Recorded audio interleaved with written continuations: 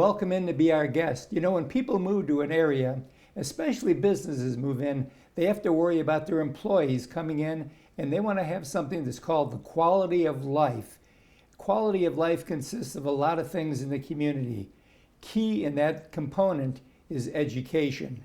Today with me I have the chairman of the Chamber of Commerce, Arthur DuCote, and you are about ready to hang up the hat here in another couple of months. I am. It's been a full and an active year, but we've got an important 3 or 4 months left, Absolutely. and we're excited about it. And we've got Absolutely. a lot of things to continue to get done. Fast year.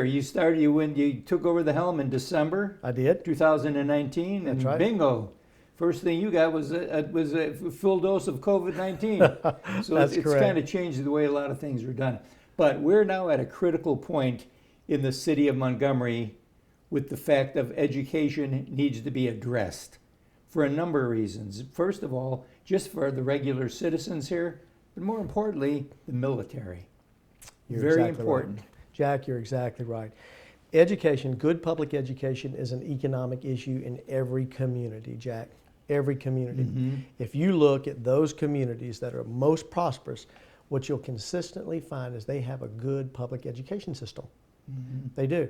And that's what we're talking about investing in here, is investing in our public education system to continue to move it forward so that everyone ultimately has a choice to send your child to a good public education system in Montgomery. It's very, very, very critical in economic development.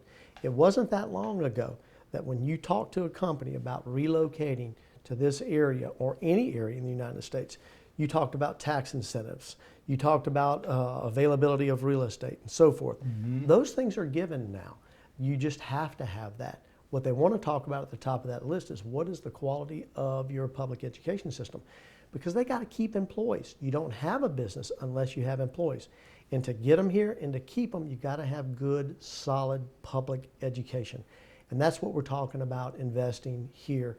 And there's another component of this.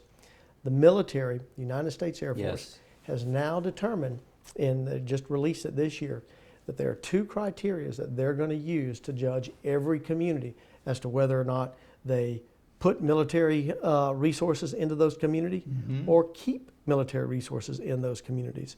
And one of the categories which we do well on, we still have room to improve, but we do well on, is what's called reciprocity. Mm-hmm. They want to know how well you take care of the family in terms of if the spouse is a hairdresser or a lawyer or a CPA, how easy is it for them to come in and get a license and go to work? Mm-hmm. How easy is it for them to be able to enroll in school before they get here?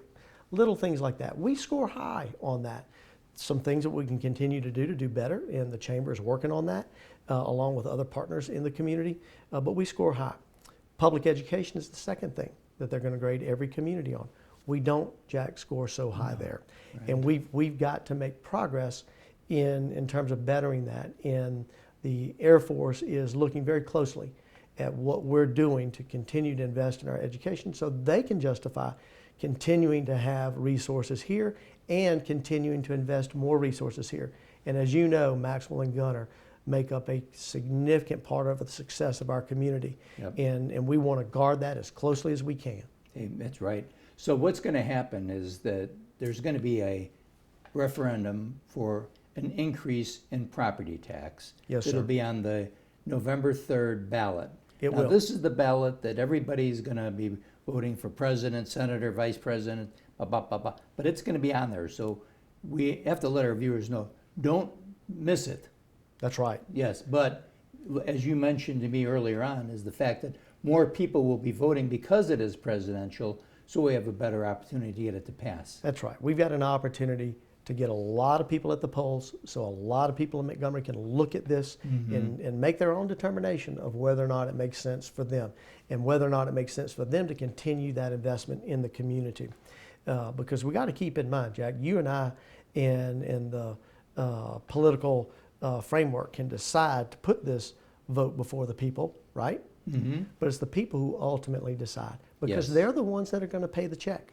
They're the ones each year that's going to write that check in this property tax increases to make that investment in public education. And we do believe, Jack, it's a reasonable amount of money. The average median price of a home in Montgomery is $125,000. those folks will write a check for an additional $13 a month to go towards this. If you live in a $500,000 home, it's going to be $500 to $600 a year. All right.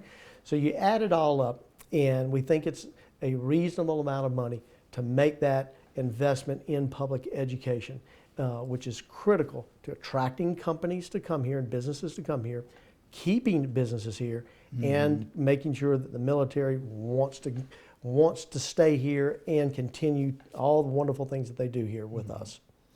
One of the things that I've heard a lot of people say, and it's a hot button, is yes, we continually give organizations money, but are they accountable for that money? And there's a clause to help with the accountability in this. There sure is. The local legislative delegation did a very good job in structuring this legislation. And it includes a couple of different items that's unusual.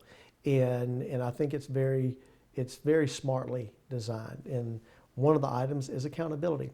The school board and the superintendent have to prepare a plan to go before the local legislative delegation and present to them exactly what you're going to accomplish in using this money, what you're going to do with it, and how is it going to improve educational outcomes, and when are you going to do it.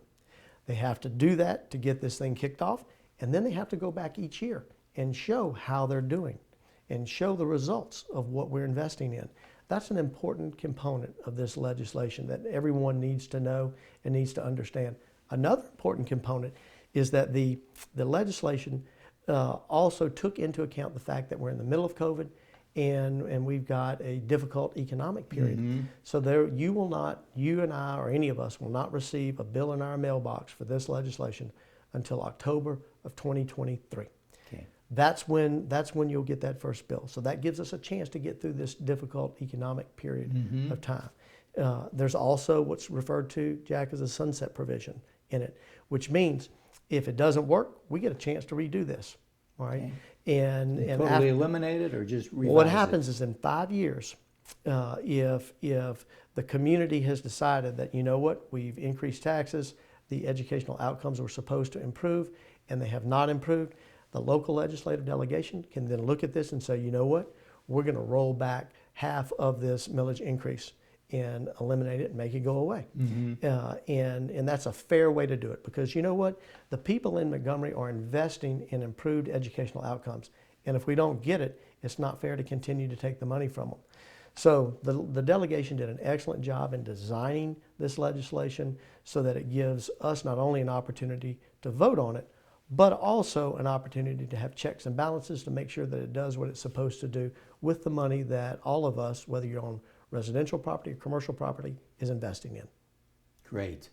Well, listen, first and foremost, thank you for taking on the chairmanship and doing that for an entire year. I know I've done a lot of chairmanships, and Right. you've got your daytime job, then you got your daytime job. So That's right. You That's wind up right. with a lot of jobs. Well, I'll tell you, it was an absolute privilege to be asked to do it, and it's been a privilege to serve Great. and to do it. I've enjoyed every single moment of it. The team at the Chamber is wonderful. Anna Buckaloo and team are just terrific. They are the economic development engine in our community, and I'm proud to serve my part. Good, thank you. And just remember this is an investment. If you build a house, you need a good foundation to have a nice house. For people, the foundation is education. So let's get a good education foundation for our children. It's an investment in your future and our future. And we'll be right back right after this.